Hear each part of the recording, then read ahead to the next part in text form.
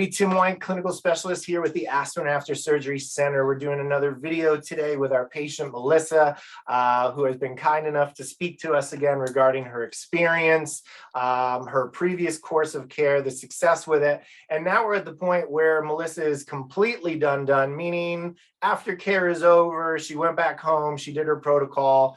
Protocol is over, and now we're going to talk to Melissa today about her experience. So, Melissa, how are you? How's everything? I'm doing well. Thank you, Tim. I'm feeling great, and I'm very relieved and happy that the treatment, has worked. Fantastic. So, in your opinion, we treated you for left breast implant capsular contracture. In your opinion, from 0 to 100% improvement, how much better did you get overall? 100%. 100%. Okay. 100%. So we'll include that the softness is 100%, the shape and position of that left side is 100%, any tightness, discomfort, or anything that you were feeling is all completely normal, resolved, and basically your breast is where you wanted it to be in the first place, right? Yes. So no tightness, no feeling that the implant is there. You know what I mean? Like that awareness of it in your body, that's gone. Right. Position is normal. It feels 100% soft. So yeah, beautiful. It's back to what it was, right? In the year after I had surgery. Beautiful. Now let's refresh everybody's memory. So you've had 3 total surgeries on your breast, right? And out of those 3 times, your encapsulations were how many? 3 out of 3. 3 out of 3. So the first each time you had surgery, you dealt with contracture afterwards. I did, yeah. So the first surgery was in my left breast, and the left implant didn't drop. The surgeon said it was just like a malposition. I had wanted to downsize anyways, so I said, you know what, let's reoperate and downsize the implants. So I reoperated, and then after about 3 months, my right breast encapsulated. And I didn't want to have another surgery right away, and I didn't know about Aspen yet. So I lived with that encapsulation for about 7 years.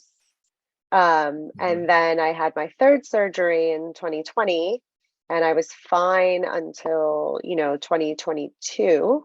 So earlier this year, and it encapsulated again. Yeah. So let's start with that. So, anybody watching, if this is your first time watching the first video, or if you've seen our others, we talk about this all the time. Surgical revision of capsular contracture is unfortunately a statistically unsuccessful surgery. And there's lots of things that surgeons in the surgical community are touting as solutions, meaning the type of implant, the placement of the implant. They're now installing meshes or skin strips during surgeries, proposing that those substances are going to prevent contracture. Very off-label. They're not FDA approved for that indication. It's just kind of surgeons are, I think, reaching for every option possible. So Melissa, like many patients, unfortunately, has surgical revision, and with that surgical revision, she re-encapsulates again. So this is why we tell everybody, do something non-surgical first, basically exhaust all your options, and then if God forbid you have no other options, consider the surgical side. And if you do consider surgery, our program has a prevention, a post-op. So had Melissa known about us immediately 2 weeks after surgery in her other surgeries, she could have been part of our 2-week aftercare, where she has her surgery, she does the Aspen treatment 2 weeks after her surgery, and then that helps reduce the likelihood of the body reforming and reshaping that capsule into a tight, hard, high breast. So in Melissa's case, her left breast was the higher one. It was visibly distorted, visibly higher. It had that more round ball-like appearance. And then after her treatment, we were able to get that down so that the symmetry of the 2 breasts have a more normal look and feel. And Melissa, I'm sure with you, when that left breast was encapsulated, in your previous ones too, probably in a bra or bikini or, a low cut V, you could probably see that the breast was uneven. And I can only imagine there's some level of, conscientiousness about that, Of right? course, Maybe they you've don't paid want to all be in a this position. money to have, your perfect breasts, and you do for a while and you're really happy. And then all of a sudden something like this happens and you become really self-conscious about it. Right. Absolutely. So let's talk about the treatment. So you did the 5-day fast track. You flew to us here. You did the 5 days. When did you see your first result? Like, when did you see that the breast softened up? So the breast softened up, I want to say 2 days into the treatment. And Okay. then by Friday, like I started it Monday, by Friday, I was flying out Friday evening. By Friday, I think we saw like a 30 or 40% improvement in the position. Okay. And then when I came home, I continued the 30-day protocol. And by the end of the 30 days, we were at 100% improvement in position. Perfect. So typically what we see is on the very first session, we'll see some improvement in softening.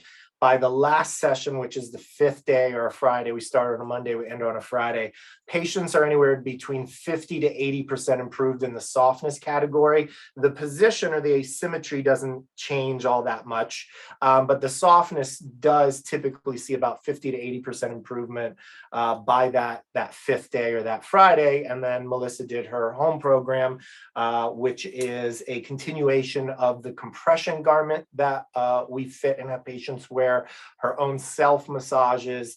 And then like this, we do a 30-day follow-up by Zoom to be able to see final shape and position. Okay.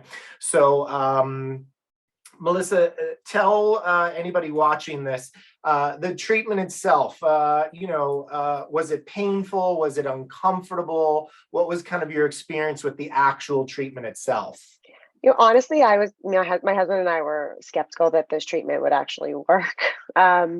But we thought, it's cheaper than getting surgery and it's a lot less disruptive. So what do we have to lose? Right. This was my 3rd surgery. So what do I have to lose? And I was pleasantly surprised that it actually worked. The treatment was not painful at all. It was, easy to follow and easy to maintain once I got back as well. Good. Very good. So any potential patient out there watching this, I want to address the skeptical side.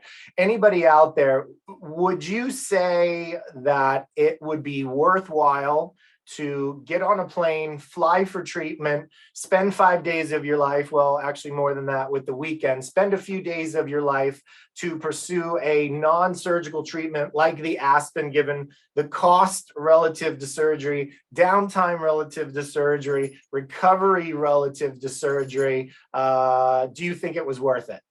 Absolutely. I would definitely recommend anybody try this before going through surgery again. Absolutely. Yes. We do this in other aspects of healthcare. So myself being a licensed physical therapist, there's not an orthopedic surgery that occurs, neurological surgery, wound care, you name it. Any part of medicine has some sort of non-surgical post-operative type of remedy for lots of conditions in healthcare. And now cosmetic and plastic surgery has the same. So anybody on the fence, anybody with any questions, take a look at the banner below. You can call us on the 877 number. You can send us a message or email us, ask questions. Best thing to do is set up a virtual with us. We can see you from anywhere in the world, take a look at you, examine you, let you know if you're a candidate. And even if you're not candidate, we can give you some good clinical feedback, a second set of eyes and ears, and even recommend alternates for you should we not be the answer. So Melissa, thanks so much for doing this video with us. This is very helpful. Other patients just like yourself who are looking for solutions or they're on the fence and they'd like to have information. So thank you very much. And we'll see you on the next video, everybody. Thanks for all of your help.